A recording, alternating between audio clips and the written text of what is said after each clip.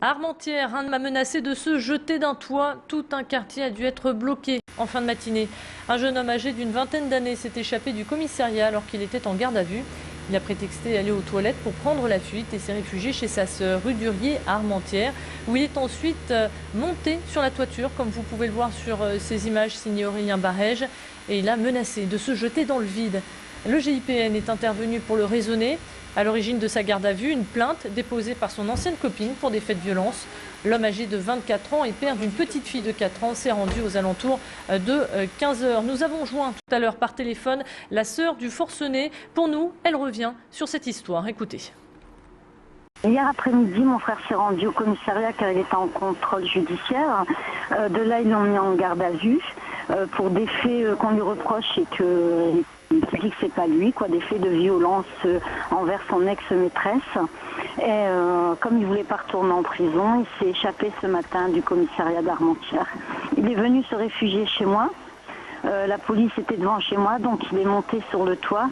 Il voulait pas que ce soit la police d'Armentières qui s'en occupe parce qu'il disait qu'on lui avait fait la misère.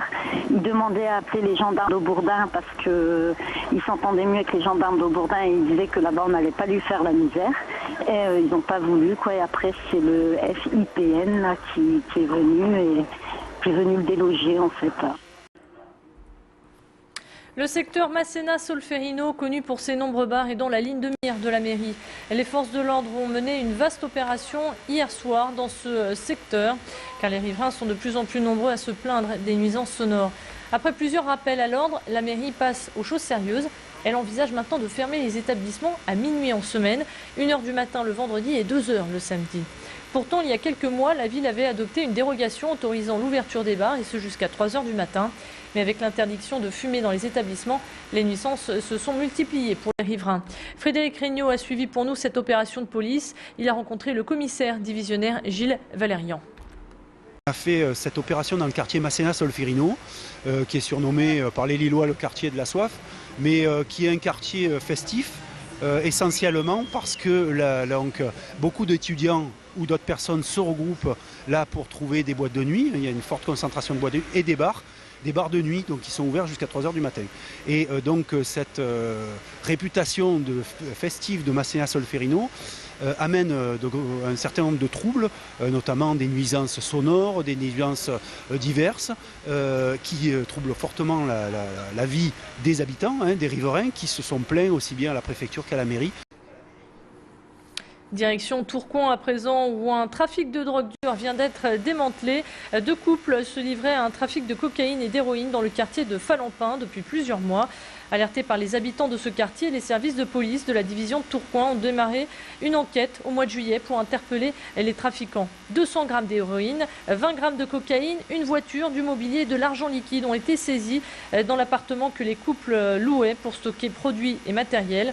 Depuis le début du trafic, la police estime que 4 kilos de drogue ont été écoulés pour un montant de 100 000 €. Les 4 personnes ont été arrêtées. Elles risquent jusqu'à 7 ans de prison. Retour sur cette enquête au micro de Jean-Marc Courtin. C'était 2 couples de 20 ou 25 ans qui étaient établis dans ce quartier, qui s'approvisionnaient directement en Hollande et en Belgique. L'enquête a démarré au mois de juillet cette année. Nous avons eu des informations émanant de la population sur des regroupements suspects en certains endroits du quartier que nous avons vérifiés, et ça a permis de déterminer qu'effectivement nous avions affaire à un trafic de stupéfiants, et les surveillances qui ont été mises en œuvre par la suite ont permis de démontrer la responsabilité de chacun et surtout le fait que ce couple approvisionnait ce réseau de façon quotidienne. Inauguration de l'accueil de jour de l'association Magdala, située rue des Sarrasins à Lille. Cette association propose des solutions d'hébergement aux personnes isolées et aux sans domicile fixe. L'État a pris en charge la moitié du coût des travaux, dont un peu plus de 450 000 €. Cette maison peut accueillir 50 personnes par jour.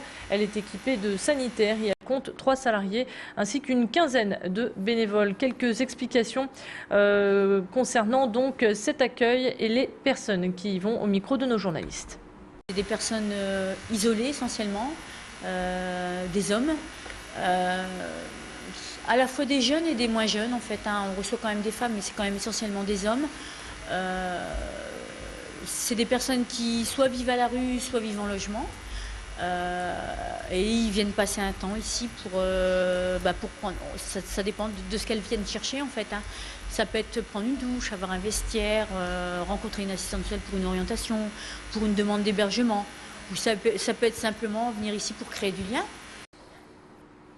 Les Fines Bouches ont rendez-vous ce week-end à l'île Grand Palais pour la 14e édition du Salon des vins des vignerons indépendants. L'occasion de découvrir toutes les saveurs de notre terroir. Rouge, blanc ou rosé, vous pourrez déguster de nombreux crus. Et qui dit déguster dit aussi cracher. Et justement, un concours était organisé ce matin, celui du cracheur d'or. L'objectif étant de sensibiliser le grand public à apprécier un vin par la bouche et par le nez. Élodie Bernachon était sur place. Voici d'ailleurs quelques explications sur les différentes techniques de vendange. Écoutez quelques-uns des vignerons. C'est une bouteille élevée en fût de chêne. C'est un assemblage classique en Languedoc, en Corbière particulièrement, avec de la syrah et du grenache noir, cultivé sur un sol d'ardoise de schiste et élevé 1 an en fût de chêne.